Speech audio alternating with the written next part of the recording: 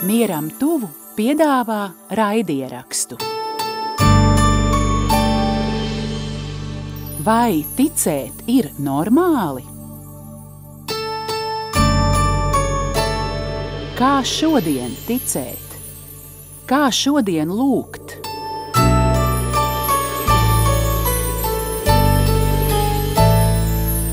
Mierīgas sarunas nemierīgajiem. Esiet sveicināti, mīļie skatītāji, mīļie klausītāji, mīļie mieram tuvu draugi, mierīgas sarunas nemierīgajiem. Un šoreiz mierīga saruna arī ļoti īpaša saruna. Īpaša tādēļ, ka no mūsu lieliskās Aglonas mēs to ierakstām svētku laikā Aglonā, un īpaša tādēļ, ka ar ļoti īpašu cilvēku, kuru, protams, mēs visi mīlam, man nav jums jāstāda priekšā, bet etiķetēji Olga Dreģe, aktrise. Mīļā Olga, liels paldies, ka piekritāt šai mazajai sarunai Aglonas svētku laikā. Tev jau nevar nepiekrist. Es priecājos to dzirdēt. Mīļā Olga, es varbūt izstāstīšu skatītājiem. Mēs Mieram tuvu grāmatiņā katru mēnesi rakstām par kādu cilvēku mēneša liecinieku. Un, protams, mēs daudzkārt lūdzām jums, vai jūs būtu ar mieru, bet tur kaut kā nesanāca vienmēr tās sarunas. Un tad liels bija mūsu pārsteigums un prieks 2023. gadā. Man zvana bīskaps Andris, mūsu mīļais draugs, un saka, jums ir sveiciens no Olgas Dreģes. Un jūs bijāt ar savu roku uzrakstījusi liecību, ka lūk, tas ir Mieram tuvu izdevumam, un tiešām 2023. gada Aglonas mēnesī, augustā, mums bija mēneša lieciniece Olga Dreģe. Un tas bija man iedrošinājums. Es jūs redzēju šeit Aglonā un gāju klāt un teicu, es vēlos ar jums iepazīties. Un jūs, protams, ar savu sirsnību, ar savu atvērtību, jūs teicāt, protams, iepazīstamies, lūk, esmu es, lūk, ir mana māsa Marta, un kopš tā laika jūs, arī Marta, šogad viņa gan nav, bet pagājuši gadu vēl tikāmies, jūs esat tāds viens no maniem Aglonas svētku simboliem, ka noteikti arī draudzene Olga ir jāsatiek. Un tad, kad es domāju par augusta mēneša šo sarunu, mierīgo sarunu nemierīgiem, es domāju, es lūkšu Olgas kundzi. Varbūt viņa man neatteiks, jo viņai tiešām ir ko teikt par Aglonu. Jā, par cik ir dzīves noriets, beigu posms, tad man ir daudz kas sakāms, jo paldies pirmkārt senčiem par Aglonu, par mammai, par to, ka viņa ticībā ir mūs radinājusi kopš mazotnes, un man ir tāda sajūta, ka šeit Aglonas Dievmātes svētkos pie krucifiksa es satiekos ar saviem vecākiem, ar saviem radiniekiem, ar saviem senčiem, kas uz ceļiem ir rāpojuši un lūguši Dievmātes palīdzību, žēlsirdību un savus lūgumus. Ikviena cilvēka ceļš jau faktiski ir tāds svētceļojums šai saulē.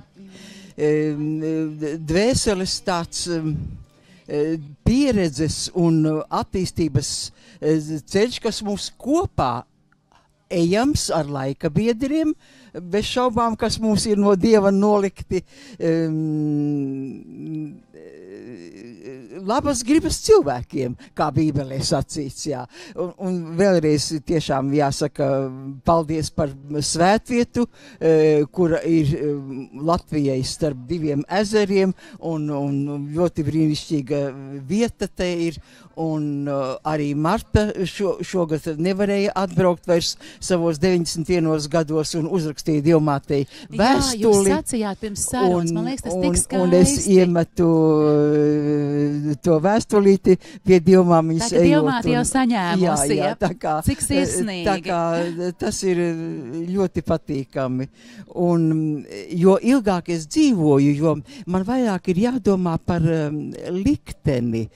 Vai tas ir katram individam Dieva nolemts, vai tas ir dzimtas gēni, kas pārceļ no paaudzes paaudzē ar visiem grēkiem, jo nevelti Bībelē jau sacīts, ka grēks piemeklē dzimtu līdz 7. augumam, un paldies Dievmātei vēlreiz.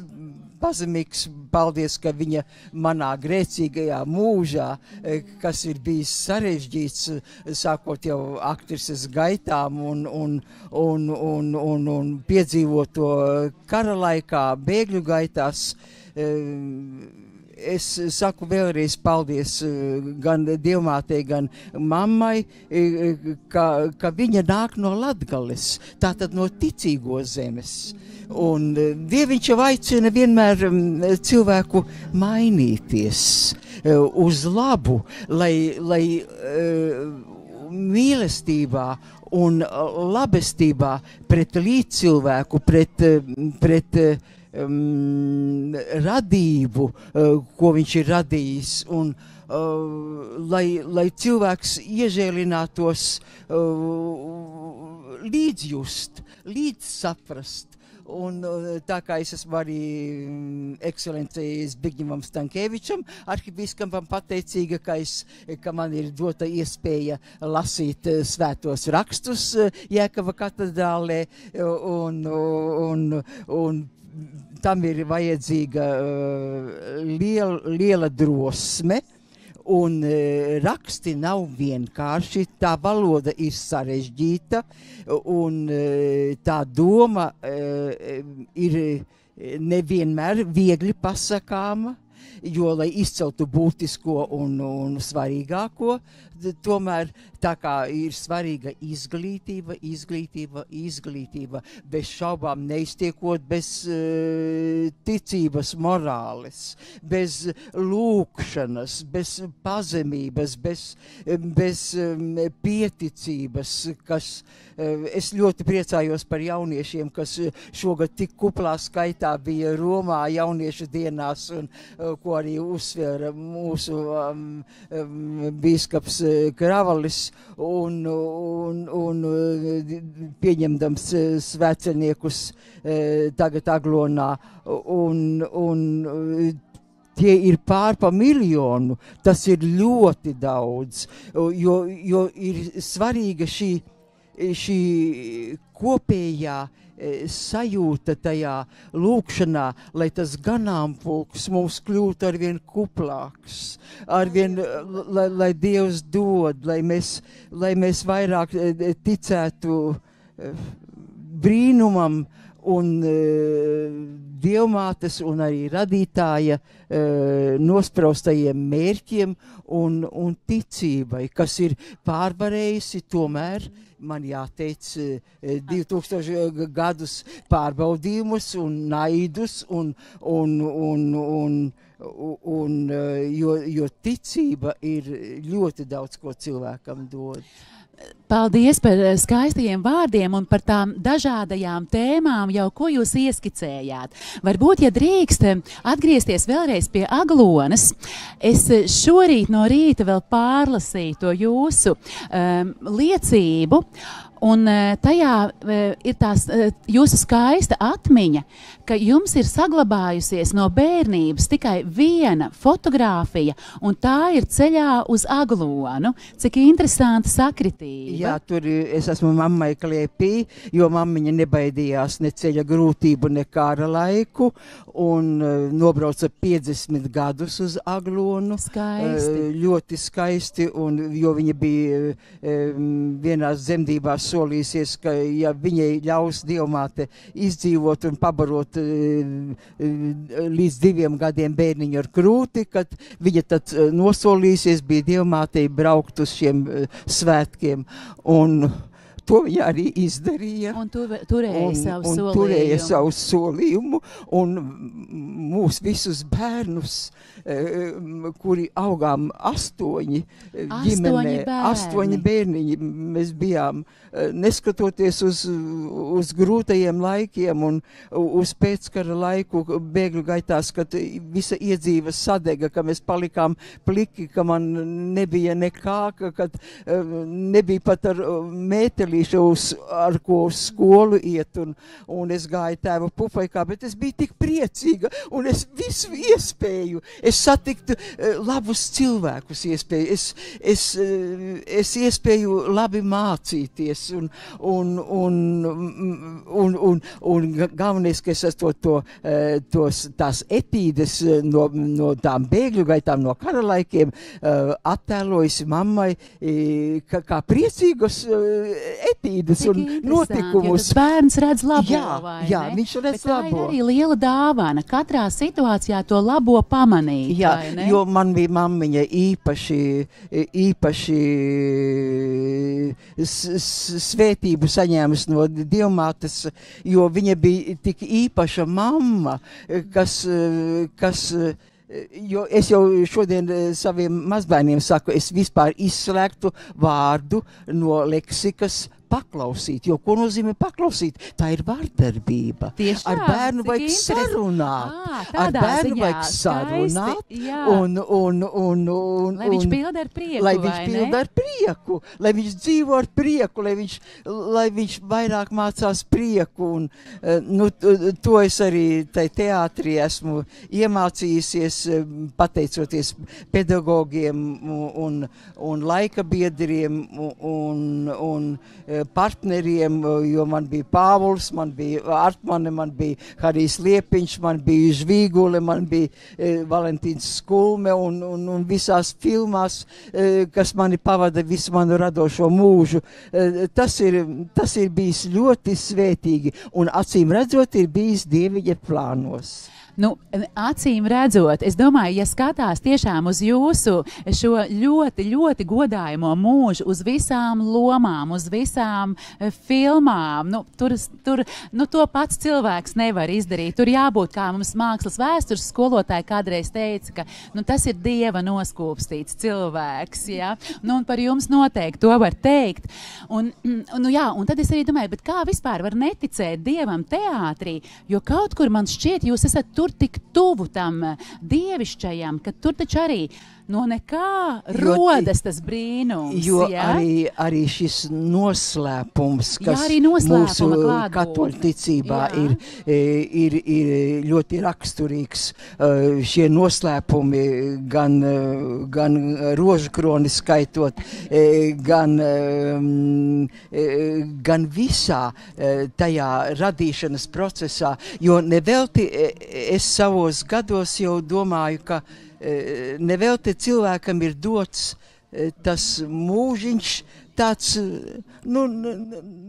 īss faktiski. Ar ko salīdzina, bet protams, pret mūžību ar citām ļoti radībām.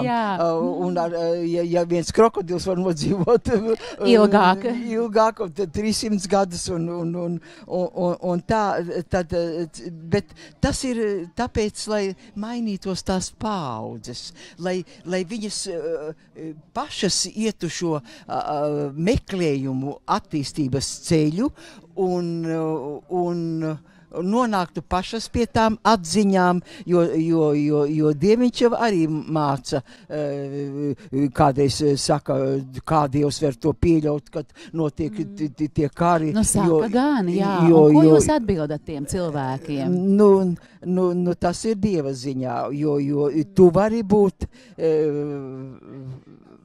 atvērts un atklāts pret jebkuru notikumu, jo mums arī dzīvoja viena ukraiņu mamma no pirmās kara dienas, viņa ir no Kijevas un ar 2 meitām un viena iemācījās latviešu valodu un paliks mākslas skolu pabeigs un Nataša aizbrauca uz Kijevu atpakaļ un sazinās, kontaktējamies un viņa saka, ka 6 reizes ir jāiet uz naktī uz patversmi, jo tur notiek, brīnumu lietas, jā. Tā kā šī cīņa ar sātanu un ar dievišķo, jo tomēr turpinās, jo cilvēki joprojām paaudzes karo un dēļ varas, dēļ ietekmes, ietekmes sfērām un tā kā... Nu jā, šis ir vēl viens temats, par ko mums ir arī tiešām Aglonā ļoti jāpateic, ka mums ir tā Māras zeme, ka mums ir tā īpašā aizbildniecība un, lai Dievs dod, ka mēs varam tiešām atbalstīt vienmēr Ukrainu tādā veidā un ne citādi. Jā, un lai Dievs dod, ka mēs varam vienmēr tiešām, ka mūsu ierocis vienmēr būtu tikai lūkšana, vai ne? Mīļā Olgas kundze, bet es tomēr gribu jūs aizvest arī uz tās skatuves, kur arī jūs esat tā brīnuma radītāji ar savām lomām. Es vēl pavasarī jūs redzēju, izrādē velc savu ārklu pār mirušajiem kauliem, un vai arī nākamajā sezonā turpināt uz skatuves darboties? Jā, man jau manis dēļ ir jāņem tulks, jo mums ir ārzemju režisori, kas runā. Jums tagad vispār ir daudz ārzemju režisoru Dailē, jā. Dailē ir ļoti daudz režisoru, un taps jaunā zāle, kuru mēs apskatījām, kas būs burvīga zāle. Vai prieks to dzirdēt? Ar tik daudz skatītājiem, ar blakus telpām, kuras mēs kādreiz nezinājām, kas... Ka vispār ir tādas, jā? Vosam tās bija paredzētas, jā. Un ar viņa vajadzībām aizpildītas, tā kā, un Lilita Bērziņa jau atceros, ka viņa teica, ierakstiet manā biogrāfijā, ka es esmu Vosam tīrījis mazo mājiņu, jo mēs paši tīrījām tas teātru telpas, kad ienācām jaunajās telpās, un tā kā tur ir daudz, kas noticis, jā, un Placāns Gunārs teica, kuram tagad ir Vecbebros soliņš atklāts, man Ruta atsūtīja fotogrāfiju, jo sekojot Valtera, piemēram, Kuldīgā. Jā, saprotu. Jā. Viņš, Placāns ir beidzis arī Viteniekus, un tāpēc Vecbebri. Jā, un tur tas soliņš ir atklāts. Tā kā... Ar kādu viņa figūru, ja, kur viņam var blakus apsēt? Vienkārši viņa solīņš. Gunāra Placāna solīņš, jā. Varbūt vēlāk taps arī figūra, jā. Bet man jau mazdēls pārmet, mazdēls man dziedāja dziesmu svētkos, un es biju tik aplaimota, tik ārkārtīgi sajūsmināta. Pagaidiet, šovasar skolēnu? Jā, skolēnu dziesmu svētkos. Jūs bijāt uz to koncertu? Es biju uz koncertu. Jūs arī apraudājāties? Es apraudājos, jo es esmu viņiem Edgars Vītols vada otrai ģimnāzija kora kolektīvu, un es biju uz visiem koncertiem un nofotografējos ar viņiem, jo Beatles vēl sacīja, ka tā ir mūsu lielākā fane, un tā es biju par māsas dēls Martas Normundu priecīga ārkārtīgi, kas sarīkoja 1000 orķestrantu arēnā, saicināja viņam, viņš arī diriģēja 2, tur bija 11 diriģenti un citi viens no tiem jūsu radinieks, māsas dēls, cik skaisti. Viņa ideja realizējās, un to viņš sev ir gribējis realizēt, un tas bija ļoti jauki, un tā kā man mazdēls pārmet, Ome, kāpēc tu nemācījies ar mani bērndārzā angļu valodu, tad tev nebūtu vajadzīgs tulks.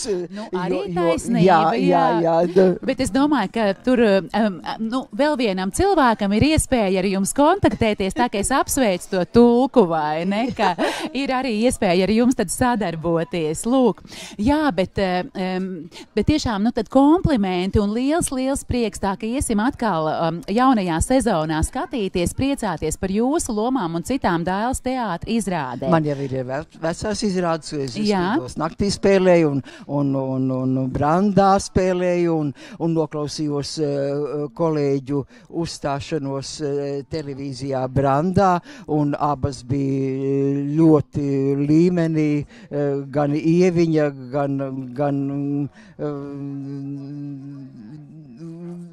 tie citi runātāji, kas man no prāta ir jau izklīdis un bija ļoti gudras sarunas. Un tāpēc es saku, ka skatuve ir nemaz nevar nebūt neticīgs cilvēks tur, jo tas prasa paļāvību noslēpumam, augstākiem spēkiem, vēsturei. Mēs taču, mūsu Erika Ferda iemācīja visu gadsimtu uzvedību, jebkurā kostīmā. Es zinu, ko nozīmē nest kostīmu gadsimtos izmantot, un tas ir ļoti svētīgi. Bet, Olgas kundze, es nevaru tomēr nepaprasīt, tas nav saistīts ne ar ticību, ne ar lūkšanu, bet man vienmēr tomēr liekas, jūs esat uz skatuves, un tas briesmīgais brīdis, ka aizmirstas tas teksts. Man, paldies Dievam, mani Dievmāte ir žēlojis, man ir ļoti perfekta atmiņa.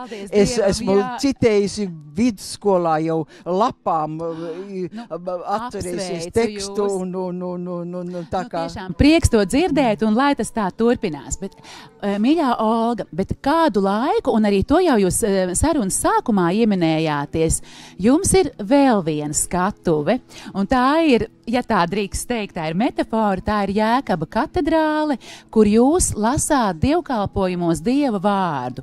Vai jūs izstāstīsiet, kā tas sākās, kā jūs piekritāt? Mani uzrunāja Zintiņa, kas arī šodien ir iesvētīta kā lektors, un viņa teica, vai es nebūtu ar mieru. Un es savā jubilejas reizē, ko vēl filmēja Mārīta Balode, viņa jau, diemžēl, ir aizsaulē. Mūžīgo mieru. Jā, mūžīgo mieru dod viņai kungs, mūžīga gaisma, lai atspīd viņai.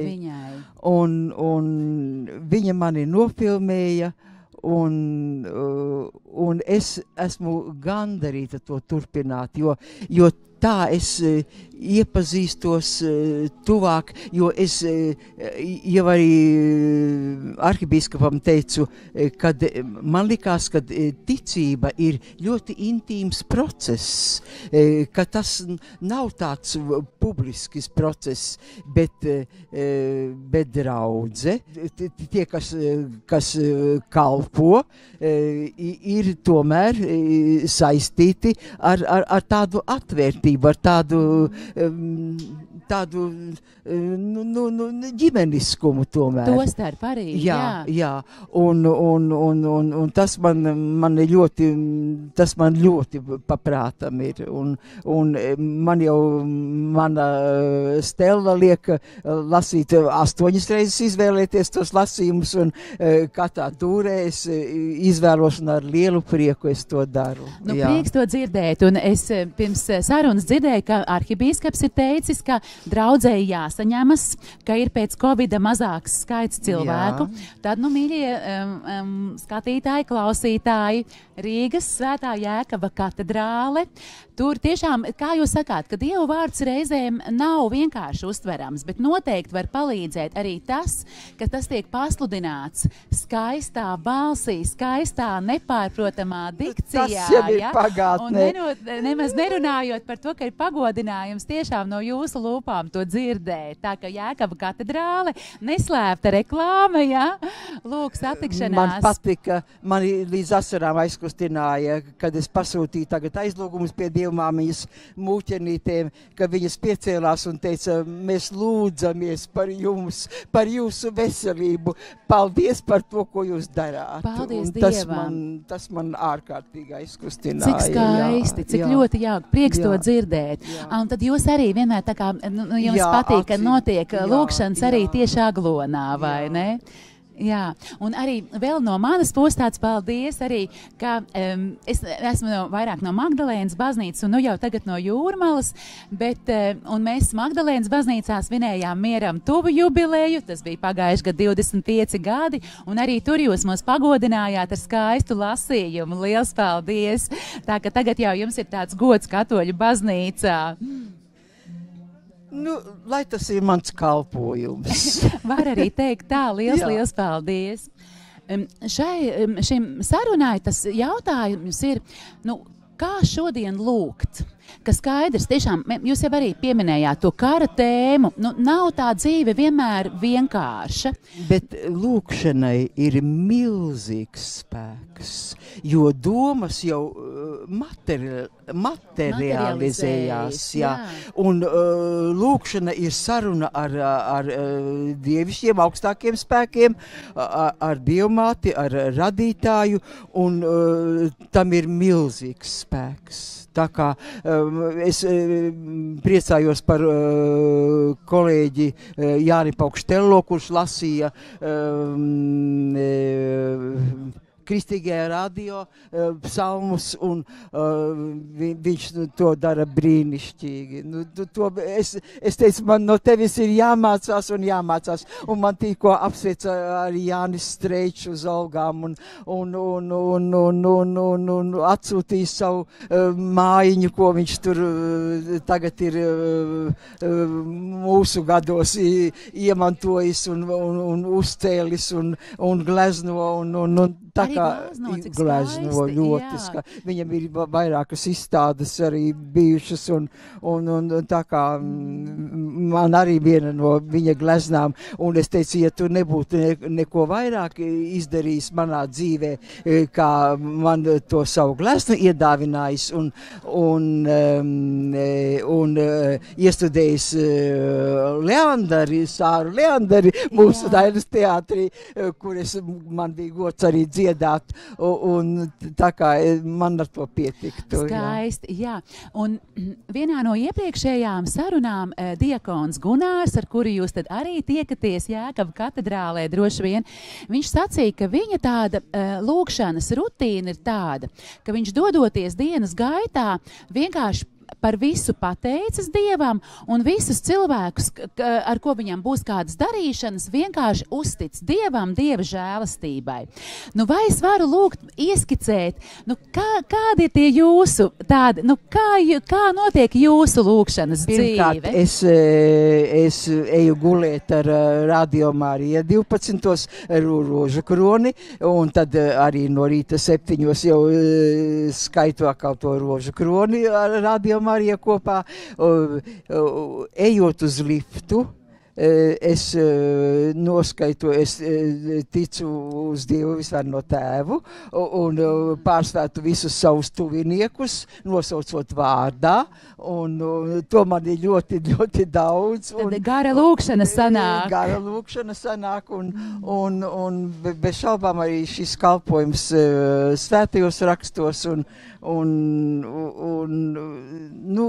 ikdiena man paiet, manā vecumā, kas vairs cits atliek gatavoties jau tai mūžībai. Ziniet, ko galīgi nav tāda sajūta ar jums runājot. Protams, mēs visi esam. Tas neviena diena un stunda nav apsolīta. Bet es ticu, ka mēs vēl tiksimies Aglonā, jo Aglona tagad ir vieta, kur protams, pie Dievmātes jāaiziet, ir jālūdzas, mums ir sava Mieram tuvu telts jāsatiek, un jau es saku, es esmu laimīga, ka vairākus gadus ir arī jāsatiek Olga Drēģe, es zinu, ka mēs kaut kur satiksimies. Lūk, un vēl pie tās lūkšanas atgriežoties, droši vien ir arī kāda krusta zīme vai kāda maza tāda šautru lūkšaniņa pirms izrādes, vai ne? Jā, pirms izrādes vienmēr noskaitu tēvreizi, un es esmu sveicināta, un es ticu uz Dievu, tas man ir neizbēgams rituāls. Tad nenoliedzami jūs esat kā tāds veiksmes talismans noteikti visiem režisoriem, kuri varbūt paši nelūdzas, tad ar jums komplektā nāk arī Dieva svētība. Es priecājos, kad Anžāns, arī jaunais kolēģis, pārmet krustiņu pirms izrādes. Prieks to dzirdēt. Ļoti daudz ticīgu mums ir kolēģi Pupuri Lidija, kura šoreiz netika uz Aglonu, jo viņai tur bija daktaru lietas un tā kā mēs esam daudz ar kolēģiem runājuši par šo ticības būtību. Paldies Dievam, prieks to dzirdēt. Prieks to dzirdēt. Mīļā Olga skundze, es jūs vairs ilgi neaizkavēšu. Es zinu, ka mums ir gan lūkšanas priekšā, gan jums ir savs īpašais rituāls pie krustiem, kur jūs tiekaties ar saviem radiniekiem, kā jūs sacījāt lūkšanās un pateicībā. Vai ir vēl kāds īpašs nodoms, ko jūs esat tieši šogad uz Aglonu atvedusi savā sirdī? Pirmkārt, es jau lūdzos par Martu, kura vairs šogad nevarēja tikt un kura uzrakstītai Dievmātei to vēstuli, un viņai ir maz dēliņš. Viņas lūgumus es esmu te nolēmusi šogad izpildīt un palūgties arī par saviem bērniem, jo meita man ir ļoti ticīga, un es pirms Aglonas jau Lievada Jākaba katedrālē nolikām svecītes ar mazdēlu Dievmātei, un mazdēls rītā aizbrauc uz Tatriem ar klasi, un tā kā es... Kāps tuvāk Dievam, jā? Tuvāk Dieviņam, jā. Un Normunds ir Polijā, Martas dēls ir Polijā šogad, un veselību un Dieva žēlastību. Dieva žēlastību, jā. Tiešām lūdzieties, man liekas, ka Dievs jūs ļoti mīl un viņš jūsu lūkšanas noteikti uzklausa, jā. Un man ir liels arī pagodinājums, ka tā kā caur to jūsu kalpojumu Jākaba katedrālē, ka jūs arī regulāri mūsu mazo mieram tuvu turat rokās, un tāpēc arī es paķēru līdzi jauno. Te ir pie jums atlidojis eņģelis Gabriēls, jā. Tas būs liels pagodinājums, ka jūs atkal to turēsiet savās rokās un lasīsiet Dievu vārdu arī no mūsu mazās grāmatiņas. Un vēl tādā pateicībā es gribēju uzdāvināt tādu vēl vienu no pēdējām grāmatām, Lūk, sirds, kas ļoti mīl. Tās ir jau padomi laikā rakstītas apceres par Jēzus sirdi, par Dieva mīlestību pret mums. Un tas ir ļoti interesants stāsts. Viens priesteris atrada, vai viņam iedeva, tas ir padomi laika, tā kā mašīna rakstā rakstītas apceres, bet tās ir rakstījuši, nezinu, kuri tieši priesteri, kuri ko, bet Marijāņu tēvi, kas kalpoja toreiz seminārā. Un tās ir rekolekcijas, ko viņi vadīja toreiz topošajiem priesteriem. Bet katrā ziņā tas ir kaut kas tāds ļoti gaišs, ļoti skaidrs, ļoti tīrs. Un es domāju, ka tas tiešām varētu arī jūsu sirdi iepriecināt. Pazemīgs, paldies. Liels lūdzu un liels paldies. Tiešām būs pagodinājums, ka es zināšu, ka šī grāmata ir pie jums, ka jūs to lasāt. Man mammiņai bija 2 svētbildes, Jēzus sirds tajā skaitā un Dievmātes, ko viņa bija saglabājusi, kas bija vienīgās manas bērnības gleznas pie sienas. Mīļā Olga, tad man šķiet, ka tas ir sveiciens jums no mammītes. Jūs šeit braucat pie viņas, un mammīte tagad caur Jēzus sirdi sūta jums sveicienu pretī. Jā, paldies. Vēlreiz liels paldies jums. Pazemīgs paldies. Skaistu svētku turpinājumu. Mīļie skatītāji, klausītāji, paldies, ka noskatījāties, noklausījāties. Tiksimies varbūt Aglonā pēc gada, bet kādā citā sarunā jau drīzāk. Paldies. Svētību visiem. Jā. Paldies. Paldies vēl vienreizīt.